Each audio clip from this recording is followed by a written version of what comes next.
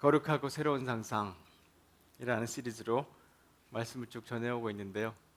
오늘 15번째 말씀입니다. 예수님의 전복적 상상이라는 제목으로 여러분들과 함께 말씀 묵상하겠습니다. 이제 벌써 3월이 되었습니다. 그렇죠? 이제 봄이 오는 계절, 참 시간이 빨리 갑니다. 그리고 이번 수요일부터 제수요일, 그래서 사순절이 시작됩니다. 오늘 본문도 예수님께서 이제 십자가에 죽으시기 전 여리고로 들어갔다가 이렇게 예루살렘으로 지나가시는 그 과정들을 그리고 있는데요. 특별히 오늘 말씀을 좀 읽으셨는 첫 줄에 보면 예수님께서 이 여리고로 가시다가 보시면 거리를 지나시는 중이었다 이렇게 기록되어 있습니다. 예수님은 여리고에서 머물 예정이 아니셨어요. 이제 유월절이 곧 앞에 있고 해서 빨리 예루살렘으로 가시기를 원했는데 사건이 하나 생깁니다. 거기에 삭개오라는 사람을 만나게 되는데요.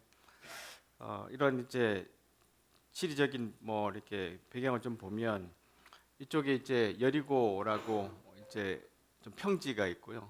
이 언덕을 이렇게 지나야 저 산 꼭대기 같이 돼 있는 예루살렘으로 간대요. 그러니까 이제 거리가 꽤 이제 어필이라고 해서 언덕을 꽤 가야 합니다.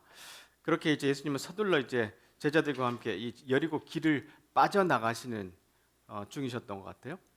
그래서 이 지나가는 길에 만난 사람을 이제 성경은 세리장이 그리고 부자였다, 삭개오를 이렇게 설명을 하고 있습니다.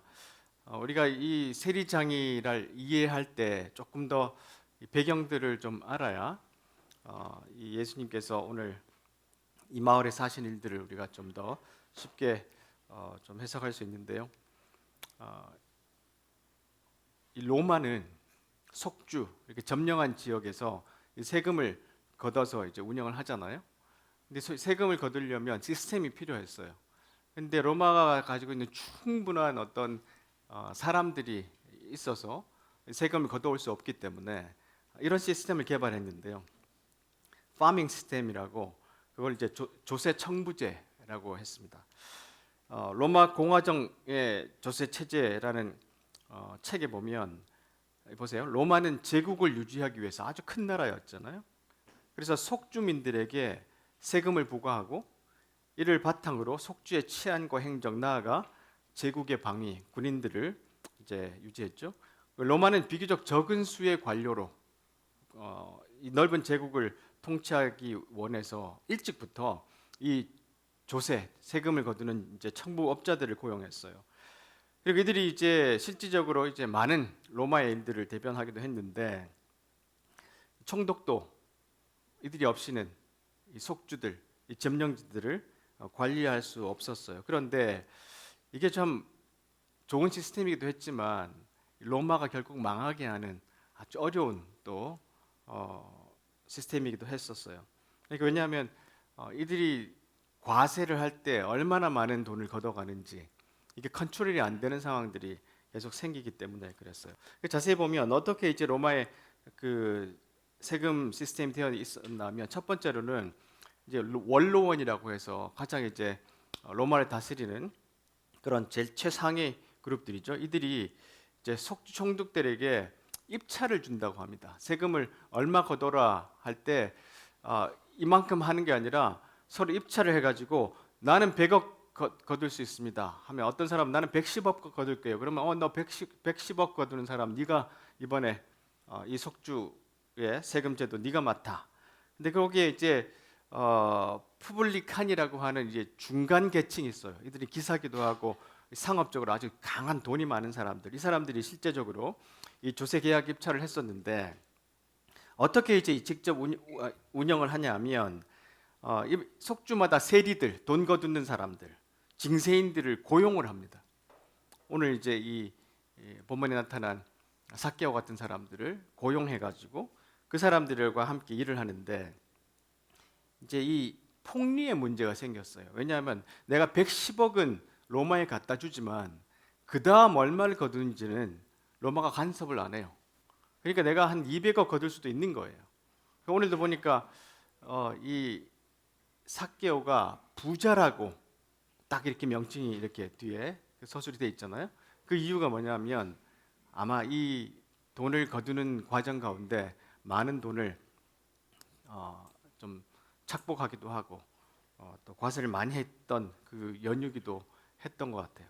그렇게 이런 시스템으로 이제 운영이 되고 있는데 이제 이렇게 이제 삭개오 같은 사람들이 곳곳에서 이 로마가 징수한 세금들을 걷어가는 그런 일들을 벌였어요. 자, 근데 유대인의 스케치라는 책에 보면 이 보세요. 세리들이 수입세, 수출세, 특별히 이 여리고는 향유, 아주 좋은 기름들이 나는 곳이라 굉장히 많은 세금들을 거둘 수 있는 곳이었어요.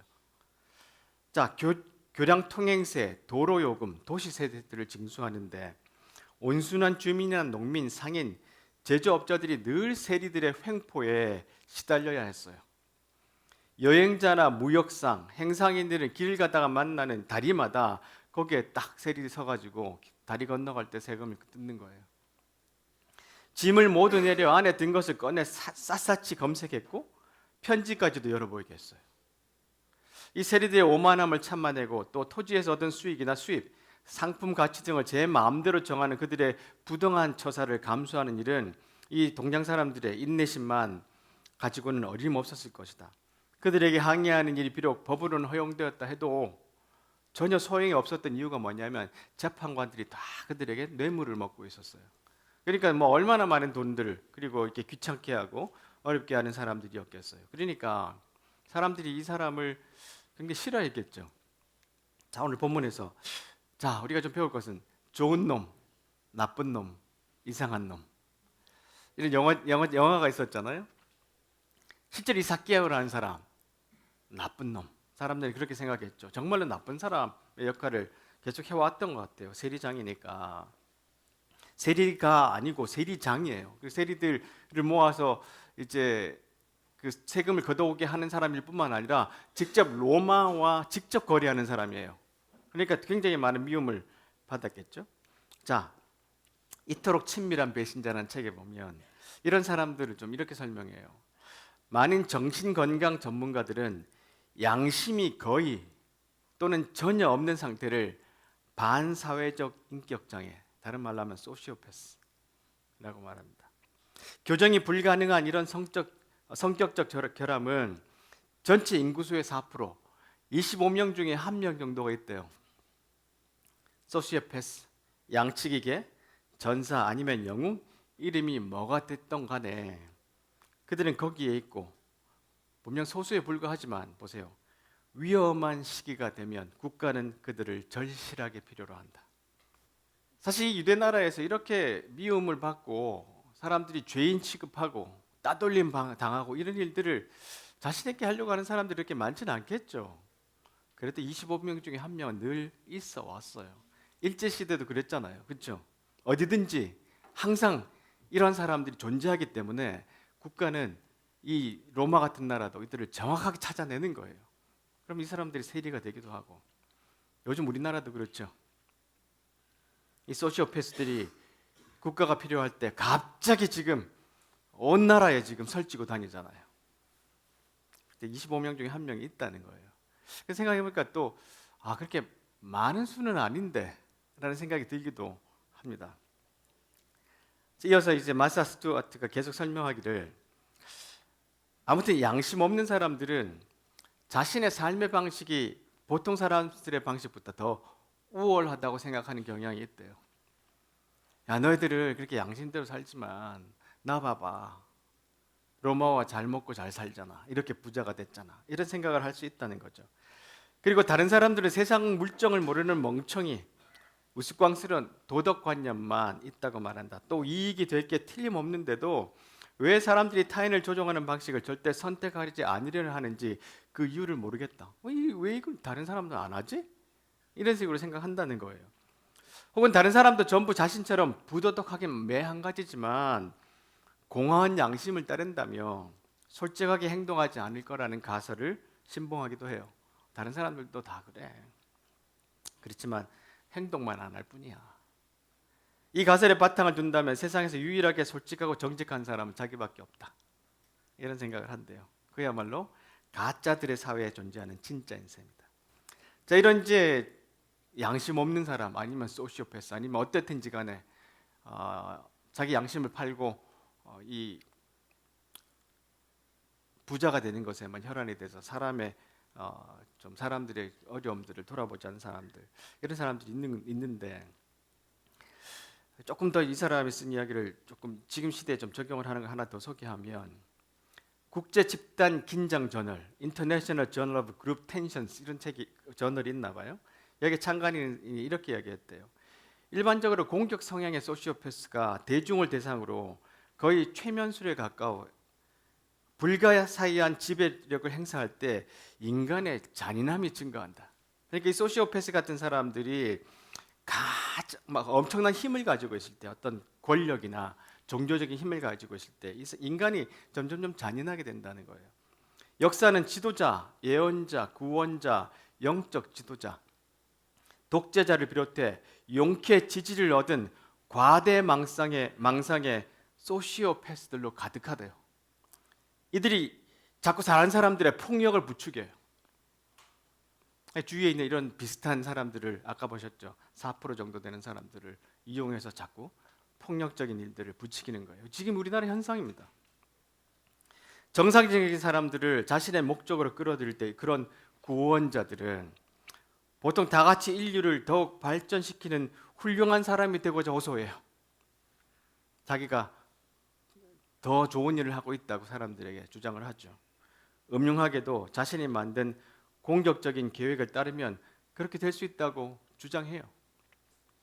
근데 이 사람들이 주장을 잘 알지 못하면 정말 그 사람들이 구원자, 영적 지도자, 훌륭한 정치가 이렇게 생각할 수밖에 없다는 거예요. 이런 사람들이 실제로 존재해요.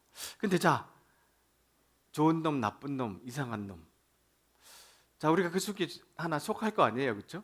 근데 과연 이 삭개오는 어디에 속할까? 그런 생각을 좀 해보게 돼요. 두 번째로 우리가 생각해 볼 것은 이 사람은 무엇으로 사는가인데요. 이 삭개오가 부자였잖아요. 아주 부자였잖아요.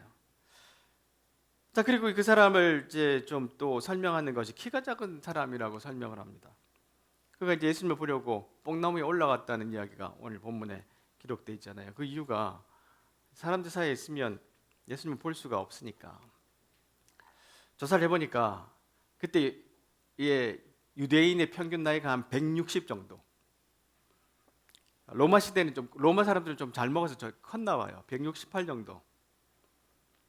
그래서 유대인들은 조금 더 작았을 것으로 생각되는데, 이렇게 좀 감안해 보면 삭개오가 한 150이야 정도 되는 키, 그 정도 사람이었대요. 키 작은 사람들이 열등감이 좀 있다고 우리가 좀 알려져 있잖아요. 그걸 이제 나폴레옹 컴플렉스라고 합니다.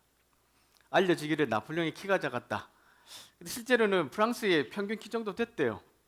근데 이제 연구자들이 이렇게 이제 이름을 나폴레옹 컴플렉스라고 붙였는데, 키가 작은 사람들이 사회적으로 성공하거나 권력을 가지려는 욕구가 강할 수 있다는 연구 아니라고 나왔습니다. 하여튼 이런 주장들이 있어요. 그런데도 저도 키가 작은 편인데 키 큰 사람들 보면 괜히 부럽잖아요. 그 위쪽 공기는 어때? 이러면서 이렇게 사람들이 부럽기도 하죠. 그러니까 무엇이 삭개오를 이렇게 만들었을까? 키가 작았다는 것도 좀 영향이 있었을까? 아니면 그 당시에는 아버지가 농부면 아들도 농부잖아요. 직업의 선택에 어떤 결정하는데 우리 지금처럼 자유롭지 못했고 기회도 열려 있지 않았어요. 그러니까 이제 유일하게 자기의 가난과 자기 어떤 신체적인 좀 부족함과 이런 것들, 그리고 어떤 지위 향상 아니면 여러 가지 이유를 통해서 뚫고 나갈 길은 몇 가지가 없는데, 그 중에 로마와 결탁해서 세금을 거둔 일이라고 생각했을 가능성이 크다고 좀 여겨져요.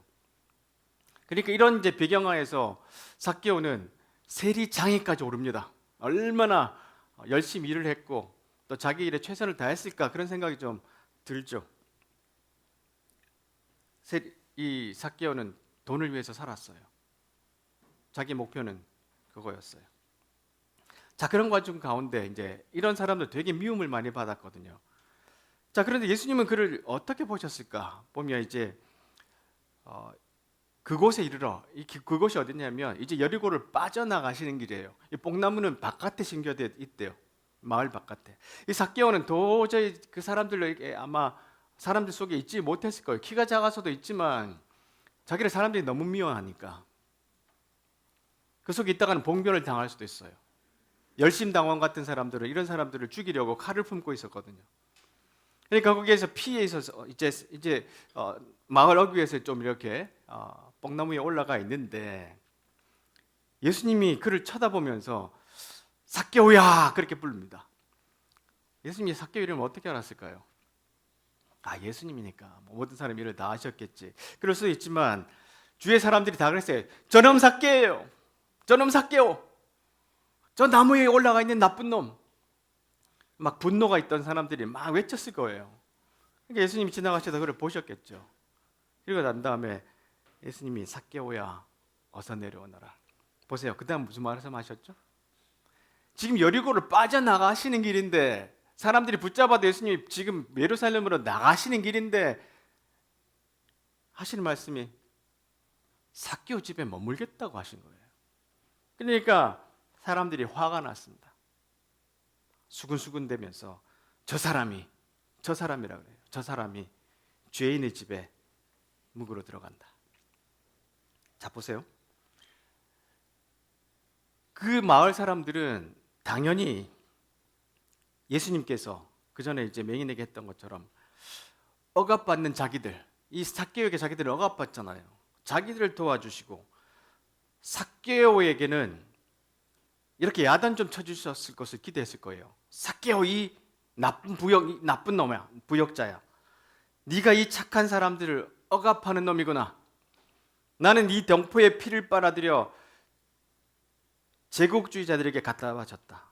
내 조국을 배신하고 하나님을 저버렸어. 이 마을 사람들이 너를 죽으라고 미워하는 것도 당연하다. 네가 하는 일을 당장 집어치우고 회개해라. 예루살렘에 가서 정결 의식을 치르고 여리고로 돌아와 철저히 율법을 지켜라.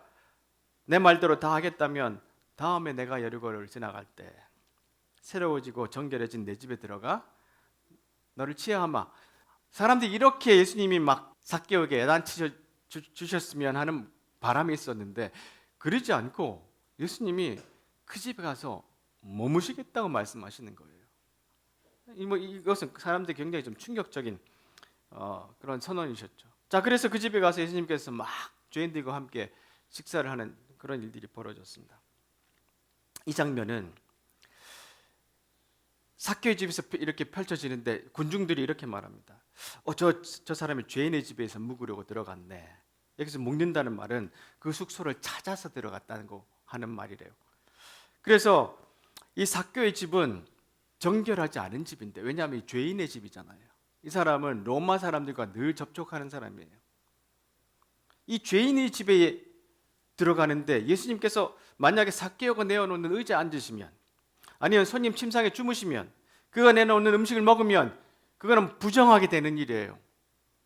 예수님이 유월절을 못 지킨다는 거예요. 근데 예수님이 그 부정한 집에 들어가셔서 하룻밤을 보내세요. 여리고에서 붙잡아도 안 쉬겠다고 하셨던 분이 갑자기 마음을 바꾸셔서 삭개오 집에 가셔서 하루를 보내신다는 거예요. 그 죄인 집에, 모든 사람이 미워하는 그 사람 집에. 유월절 전날 밤인데 메시아라는 사람이 이런 식으로 행동하다니 미친 거 아니야. 이렇게 사람들이 분노했던 그런 장면들 우리가 이 말씀 통해서 좀 볼 수 있어요. 근데 예수님께서는 항상 말씀하셨잖아요. 뭐라고요? 의사가 필요한 사람들은 건강한 사람이 아니라 나는 의인을 부리러 왔던 것이 아니고 죄인을 불러 회개시키러 왔다. 의사는 병든 사람에게 필요하다. 이런 말씀을 계속해 오셨죠. 그 말씀대로 또 늘 세리와 또 창기와 죄인들과 함께 어울리셨던 예수님의 그 말씀들 그렇게 가셨던 거예요. 자, 그런데 보세요. 톰 라이트 주교는 이런 말씀을 하십니다. 호기심을 못 이긴 이 키 작은 부자의 완고하고 교활한 겉모습 이면에는 입 밖에 내지 못한 의민이 솟아올라왔다. 예수님은 뇌물과 탐욕에 가면 동료 시민들을 향한 무정한 경멸의 가면을 꿰뚫어 보셨다. 그 심성 깊은 곳에 뭐가 있는지를 알아채셨다는 거예요. 이미 세리들을 많이 만났던 예수님은 그들의 인생살이가 어떤지 정확하게 아셨다. 부당하게 큰 돈을 거둬들일 기회를 못 이기는 척 넘어가면서도 사실은 그 마음 속에는 병이 있었다. 예수님만이 그 병을 치료하실 수 있었다. 그렇게 설명을 합니다. 이 아마 삭개오 안에도 이런 병이 있었던 것 같아요. 사람들은 다 그를 미워하고 나쁜 놈, 절대로 이 정상적인 유대인이라면 같이 섞이지 말아야 될 사람이라고 치부했지만 예수님은 그 속에 있는 큰 병, 내가 치유해야 할 사람이라고 생각하셨던 것이죠. 네 번째로 우리가 기억해야 하는 것은, 자, 그 다음에 어떤 일이 벌어지느냐. 구원은 양심의 변화로 나타난다는 거예요. 삭개오가 주님 앞에 이렇게 말씀드려요. 제 재산의 절반을 가난한 사람들에게 주겠습니다. 갑자기 이렇게 선언합니다. 예수님이 집에 오니까. 제가 남의 것을 속여 얻은 것이 있으면 4배로 갚겠습니다. 그러니까 예수님께서 이 집에 구원이 찾아왔다. 너희들이 죄인이라 그랬지만 이 사람도 아브라함의 자손이다. 이렇게 선언을 해주십니다. 얼마나 놀라운 선언이에요. 그리고 인자는 잃어버린 사람을 구원하러 왔다.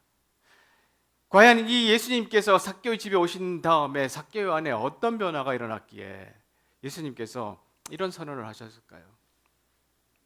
자, 보세요. 출애굽기에 보시면 어떤 사람이 소나 양을 훔쳤으면 소는 5배로, 양은 4배로 갚아라. 이런 율법이 있습니다. 근데 지금 삭개오가 4배를 갚겠다고 했는데 여기에 정확하게 들어가진 않아요. 왜냐하면 이게 훔쳤던 것은 아니거든요. 정확하게 보면. 자, 그 다음 율법에는 누구든지 여호와 앞에 진실하지 못하여 죄를 지으면 곧 다른 사람의 물건을 맡고 있다가 그 물건에 대해 거짓말을 하거나 남을 속이거나 도둑질을 하거나 남의 것을 뺏거나 남이 잃어버린 물건을 줍고도 지가 감추거나 거짓 맹세하거나, 자, 이런 죄가 있다 그러면 보세요. 5절에 원래 물건값과 거기에 5분의 1, 20%만 더 주면 돼요. 원래는. 근데 이 삭개오는요, 자기 재산의 절반은 먼저 다 가난한 사람에게 주고, 혹여나 내가 속였다, 더 많이 걷었으면 보세요. 원래 20%만 더 주면 돼요. 원금과. 근데 지금 몇 배 준다 그랬죠? 4배를 준다 그랬어요. 그러니까 지금 이 삭개오의 삶에 어마어마한 변화가 일어난 거예요. 원래 율법보다 훨씬 많은 것을 이제 주님 앞에 약속을 했어요. 자, 이렇게 보면 이제 양심이 변화가 됐는데요. 양심이 변화가 되면 이게 자기 파괴적인 결정일 수도 있어요. 그렇죠? 이제 가난하게 살아야 돼요. 더 이상 세리장애를 못할 수도 있습니다. 이런 일이 가능한 이유는 아주 깊은 애정이 그 바탕에 존재하기 때문이다. 이 삭개오의 마음 깊은 가운데 숨어있던 이 애정이 예수라는 분을 만나고 난 다음에 자기가 그동안 키가 작고 돈이 부족하고 여러 가지 것들이 자기의 삶을 주도해 왔지만 그런 것들을 벗어버리고 예수님을 바라보면서 자기 속에 있는 이 양심이 살아나기 시작한 거예요. 깊은 애정이 다시 한번 올라왔어요. 양심에 따른 선택을 하면 우리는 행복감을 느낀다. 그렇지 않나요? 아닌가요? 그렇죠. 양심에 따른 선택은 행복해요. 그뿐만 아니라 그런 행동을 보거나 듣는 것만이라도 우리는 행복해진다. 마을 사람들이 막 행복해지기 시작했을 거예요. 양심의 변화가 일어납니다. 자, 이게 어디에서 좀 적용해 볼 수 있다면 에스겔서에 보면 내가 너희 위에 맑은 물을 뿌릴 것이니 너희가 저지른 온갖 부정한 것과 너희의 우상들로부터 깨끗하게 하겠다. 내가 또 너희에게 나를 온전히 섬기는 법을 가르치겠다. 보세요, 여기에 너희 안에 새로운 마음과 새로운 영을 넣어주겠다. 돌처럼 굳은 마음을 제거하고 그 대신 살과 같은 부드러운 마음을 주겠다. 예수님을 만나고 나면 돌과 같이 굳은 마음이 제거되고 살과 같이 부드러운 마음, 양심이 새롭게 살아난다는 거예요. 그러니까 이 사람이 갑자기 자기가 평생 모았던 돈도 욕먹으면서 쌓았던 재물도 아끼지 않고 가난한 사람들을 위해서 다 절반 내놓고 남은 나머지 돈도 4배나 갚는 데 쓰겠다고 선언했잖아요. 사도행전에 보면 바울 사도에 대한 이야기가 나오는데 아주 흥미로운 이야기를 합니다. 바울 사도가 유대 공의회 앞에 재판에 끌려갔어요. 근데 이런 이야기를 합니다. 형제 여러분, 나는 이날까지 하나님 앞에서 선한 양심을 가지고 살았습니다. 이러니까 대제사장이 바울을 죽이라 그럽니다. 이게 도대체 무슨 사건이 일어났냐면, 이 유대 공회 앞에 말할 때는 이렇게 말해요. 나는 하나님 앞에 율법을 지키며 살았습니다. 이렇게 말해야 돼요. 지금까지 바울은 그렇게 살았잖아요. 그렇죠? 바리새인으로 흠없이 살았다 그랬잖아요. 근데 예수님 만나고 난 다음에 율법이 아니라 선한 양심을 가지고 살게 됐어요. 이 말을 들으니까 이 공회에 있는 대제사장이 화가 난 거예요. 우리는 율법으로 살아야지 양심으로 사는 게 아니야. 근데 바울은 예수님을 만나고 난 다음에 율법이 양심으로 대체됐어요. 바울이 아나니에게 말합니다. 하나님께서 당신을 치실 것이요, 당신은 겉만 하얗게 회칠한 벽과 같소. 당신은 율법대로 나를 재판한다고 거기 앉아 있으면서 어떻게 스스로 율법을 어겨가며 나를 치라고 말할 수 있어? 이게 획기적인 유대에서 기독교로 전환되는 중요한 사건이에요. 율법을 지키던 것이 선한 양심으로 바뀌어졌어요. 주님을 만날 때 돌과 같이 굳은 마음이 제거되고 우리 안에 살과 같이 새로운 마음들이 생기는데, 그게 뭐냐면 선한 양심이에요. 예수 믿고 난 다음에 사건 일이 벌어졌어요. 최근에 나온 이 양심이라는 책은 최재천 교수, 여러분 많이 들어보셨죠? 이분은 진화론자입니다. 근데 이분은 30년 동안 교회를 다니셨어요. 지금도 다니고 계신데요. 왜냐하면 부인이 계속 교회를 나가신대요. 그래서 이분은 부인을 행복하기 위해서 지금도 교회를 나가신대요. 내가 깜짝 놀랐어요. 근데 이분이 하는 말이, 과학이 설명할 수 없는 영역은 분명히 존재한다. 근데 이분은 제가 잘 몰랐는데 양심이라는 책을 읽어보니까 이분이 우리나라 호주제를 폐지하는데 큰 역할을 하셨던 분이더라고요. 그러니까 여성 단체에서는 이분을 굉장히 아주 또 존경하는 분이기도 하고, 이분은 또 우리나라 환경 생태에서 어마어마한 일을 하셨어요. 근데 본인이 처음에 하려고 했던 게 아니라 자기가 글을 하나 썼는데 막 연락이 온 거예요. 근데 그 다음에 양심 때문에 거절을 못했대요. 수많은 어려움을 당했어요. 그런 일들 때문에. 그럼에도 불구하고 이 사람이 그 일을 할 수밖에 없었던 이유를 이 책에 썼는데, 이번에 양심을 설명할 때 이렇게 말합니다. 양심은 사전적 정의에 따르면 사물의 가치를 변별하고 자기 행위에 대하여 옳고 그름의 판단을 내리는 도덕적 의식. 이거 뭐 사전적 정의죠. 철학에서는 양심을 가리켜 인간이 사회적 맥락에서 자신의 행위에 대해서 도덕적 책임을 느끼는 감정. 근데 양심이 좀 의식적, 그 감정이라면 한국 사람들이 염치를 되게 중요하게 생각한대요. 염치는 양심 있는 사람들이 하는 행동. 저 염치 없는 놈. 그래서 조선 뭐 이렇게 실록이나 이런 데 보면 염치란 말이 굉장히 많이 나온다 그럽니다. 수백 번씩. 자, 양심에 대해서 좀 더 설명을 하면, 심리학적으로 양심은 본질적으로 인간을 비롯한 다른 생명체 또는 사람들의 모임, 심지어는 인류 전체에 대한, 보세요, 감정적인 애착을 바탕하는 의무감이라고 합니다. 의무감. 양심이 의무감이래요. 그래야지 이 사회가 존재할 수 있다는 겁니다. 사람 또는 생명체에 대한 감정적인 유대감이 없는 양심이란 존재할 수 없다. 그렇기 때문에 양심은 우리가 사랑이라고 부르는 감정 영역과 굉장히 비슷하다. 양심이 사랑과 비슷하다요. 양심이란 무엇이는가 책에서는 이렇게 말합니다. 또 양심과 도덕은 혼동돼서는 안 돼요. 도덕은 그냥 나쁜 것과 좋은 것, 선과 악을 구별할 수 있는 능력인데, 양심은 보세요, 우리 영혼에 있대요. 타고난 것이든지 습득된 것이든지 우리의 영혼의 일부분이에요. 양심은 선과 악을 구별할 줄 아는 도덕을 바탕으로 우리를 보세요, 처신하고 행동할 수 있게 만들어요. 악하고 선하지 않다고 판단되는 행동들을 이미 저질렀을 때 우리가 죄의식을 느끼고 회한에 빠지고 후회하게 만드는 것도 양심이에요. 심장이 갈까 먹히는 느낌에 밤을 지새우게 하며 평안을 누리지 못하게 하는 것이 양심이에요. 잘못된 행동을 속지 않은 마음으로 뉘우치지 않는다면 양심은 여러 가지 심리적인 문제를 일으키게 돼 있다는 거예요. 여러분, 이 양심 이야기할 때 좀 어떠세요? 나도 저런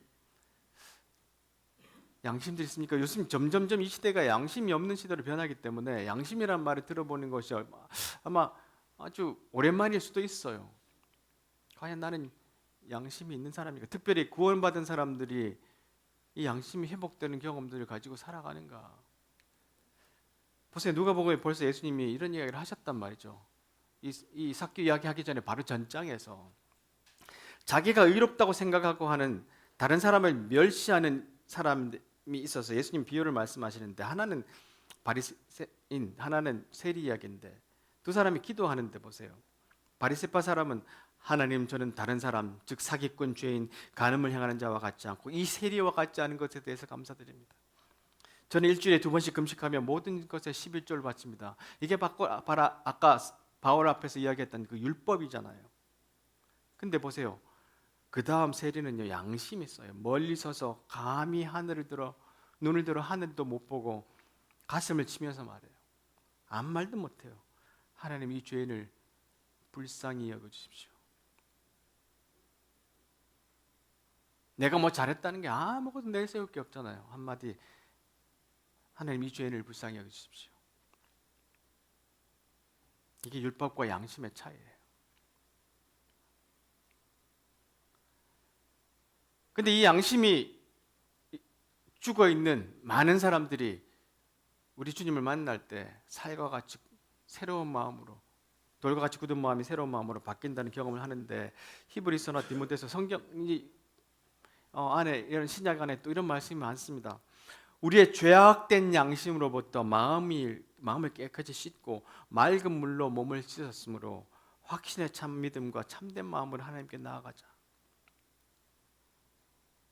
예수님을 만나고 난 다음에 우리가 죄악된 양심이 깨끗한 마음을 얻었다. 또 바울 사도가 디모데에게, 아들 디모데야, 전에 그대에게 주어진 예언을 따라 내가 그대에게 이렇게 명령한다. 그대는 그 예언을 따라 선한 싸움을 싸우고 믿음과, 보세요, 선한 양심을 가져라. 바울 사도는 이 선한 양심에 대해서 계속 강조해요. 그는 율법만을 위해서 쫓던 사람이 예수님을 만나고 난 다음에 하나님 앞에서는 이 선한 양심이, 그분이 나중에 나를 심판하실 때 선한 양심으로 하실 것이다, 이렇게 말을 합니다. 어떤 사람들은 선한 양심을 버렸고 그 믿음에 관해서는 파산했다. 보세요. 믿는 사람도 있는데 선한 양심을 버리면 보세요, 믿음에 관해서 파산한다고 이야기합니다. 구원과 양심은 아주 깊이 연결되어 있어요. 시면에서 배철현 교수가 이런 이야기합니다. 자신의 양심이 자신에게 해가 되더라도 그것을 용기 있게 행동으로 옮기는 내적인 훈련이자 원칙인데, 이 양심은 사람들이 생각하기에 터무니없고 자신에게 손해를 끼칠 수도 있어요. 하지만 자신 속에 숨어있는 옳은 양심을 행하는 것, 이것이야말로 하늘나라로 가는 전차에 오를 수 있는 차표다. 나아가 지상을 하늘나라로 만드는 고귀하고 위대한 힘이다. 선한 양심에 대해서 이런 이야기를 합니다. 그런데 우리가 예수님을 만나고 나면 이렇게 선한 양심들을 처음에 잘 받아요. 그런데 조금 신앙생활 하다 보면 점점 세상과 비슷해질 수도 있고요, 그걸 잃어버릴 수도 있어요. 보세요. 디모데전서에 보시면 성령님께서 참 믿음을 버리는 자들에게 대해서 말씀하시는데, 거짓의 영을 따르고 마귀의 가르침에 순종할 것이다. 그런 가르침은 옳은 것과 옳지 않은 것을 구별하지 못하는 위선자들에게서 나오는 것입니다. 보세요. 양심은 마치 달구어진 철에 맞아 아무 소용이 없게 된다. 옛날 번역에는요, 양심이 뭐라고요? 맞아요. 화인 맞았다. 아주 뜨거운 불에 달궈진 철로 계속 이렇게 맞으니까 감각을 잃어버렸다, 이런 뜻이래요. 그러니까 우리가 같은 죄를 계속 지으면 감각이 없어져 버려요. 처음에 할 때는 되게 막 떨리고, 그렇죠? 불안하고 미안하고 죄송하고 회개하고, 그런데 똑같은 죄를 계속 지으면요, 완전히 무감각해지는 것들을 봅니다. 그런 현상들을 바깥에서 보고 내 안에서도 보고 우리 가운데서도 봐요.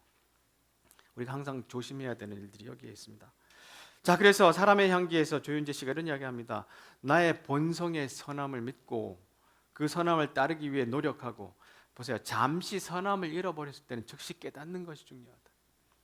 만약 자신이 길을 헤매고 있다고 느낄 때, 혼미하다고 느낄 때, 자신의 행동이 마음이 부끄러울 때, 그때가 바로 돌이킬 때다.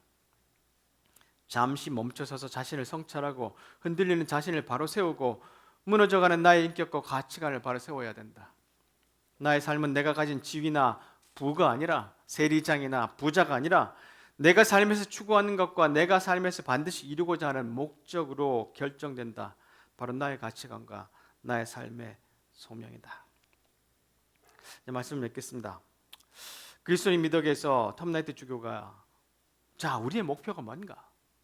그리스도의 목표는 하나님의 형상을 올바로 반영하는 새로운 인간이 되는 것, 돌과 같이 굳은 마음을 제하고 살과 같이 새로운 마음을 얻는 것, 그 목표에 이르는 길이 마음을 새롭게 하고 온전히 활용하는 것이다.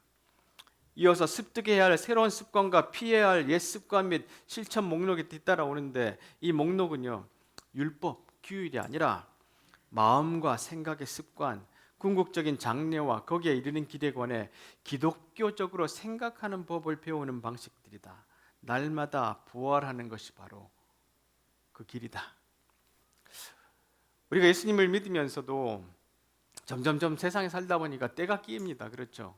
성령에 민감하지 못할 때가 많습니다. 그러다 보니까 우리의 판단 능력도 세상 사람들과 그렇게 다르지 않을 때가 많아요. 그러다 보니까 똑같은 일을 반복하게 되니까 우리의 양심도 그것에 대해서 별로 부담이 없어지는 그런 모습들을 많이 발견합니다. 그래서 우리가 날마다 주님 앞에 나와 새로움을 얻는 법, 선한 양심을 다시 한번 깨우치는 것, 그것들이 필요해요. 그럴 때 예수님께서 말씀하시기를 이 집에 구원이 이르렀다. 그런 말씀을 하실 수 있는 것이라고 생각합니다. 구원은 한번 내가 예수 믿습니다 해서 당신 죽을 때 천국 간다 그 이야기가 아니라, 구원은 계속해서 이루어지는 일들이에요. 우리 삶 가운데. 그래서 오늘 말씀 가운데 삭개오의 그 모습을 보셨던 예수님, 사람들이 그를 나쁜 놈으로 봤지만 예수님은 그 속에 있는 깊이 잠들어 있는 그 병든 모습, 또한 인간의 모습으로 선한 양심이 내재되어 있는 모습들을 발견하셨죠. 예수님은 여리고로 지나가시지 않고 그 집에 머무시면서 그와 함께 하실 때 그의 내면은 회복됐고 그의 가치관은 바뀌었고 목표도 달라졌어요. 그러니까 우리가 예수님을 따를 때 그것이 예수님이 전복적인 상상이라고 제목을 정했는데, 삭개오의 나중에 삶이 어떻게 됐을까요? 계속해서 세리장이를 하면서 돈을 뜯었을까요? 그렇지 않겠죠. 그 돈은 다 나눠졌어요. 그러면 삭개오의 마을이 어떻게 변화됐을까요? 한번 상상을 해보십시다. 예루살렘으로 갈 때 여리고를 떠나서 삭개오가 예수님을 안 쫓아갔습니다. 그렇죠? 삭개오는 그 마을에 남아서 자기 돈을 다 나눠줬어요. 그러면 그 마을이 어떻게 변했을까요? 그게 예수님의 상상이라는 생각이 들어요. 그렇게 삭개오를 통해서 하나님은 한 사람이 변화되고 또 그의 삶의 목표가 바뀌고 가치관이 바뀌고 양심이 새롭게 살아날 때 사회가 바뀌는 거죠. 그렇게 주님이 세상을 바꾸셨던 모습, 그게 우리 주님의 놀라운 상상이 아닌가 싶어요. 자, 오늘 말씀을 드리면서 우리 가운데도 함께 기도하기를, 주님 내 안에 선한 양심이 좀 살아나게 해주십시오. 성령에 민감하게 해주십시오. 세상 사람처럼 이 양심에 화인 맞은 것처럼 살지 않게 해주십시오. 그래서 주님이 우리를 인도하실 때 우리의 가치관, 생각, 목표들이 달라지는 삶을 살게 해주십시오. 이렇게 함께 기도하면 좋겠습니다. 기도하겠습니다.